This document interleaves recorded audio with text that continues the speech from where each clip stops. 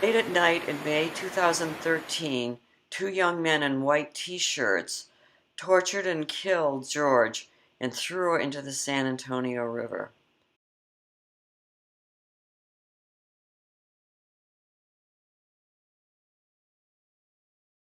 She was asleep under a lamppost.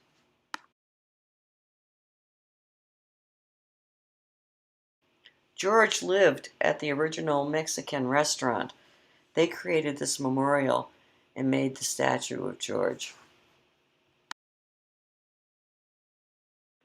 These ducks could be George's children. Her mate was a mallard duck.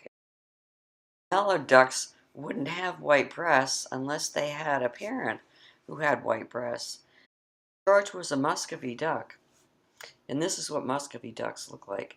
This is not a picture of George. Photos of the ducks of Riverwalk in San Antonio. You can see that several of them have white breasts, and there are a couple who may or may not be children of George, but they certainly are not mallard ducks.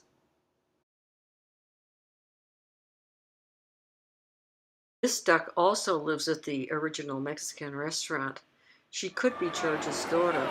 It looks like somebody wrung her neck, and she does have a permanent injury.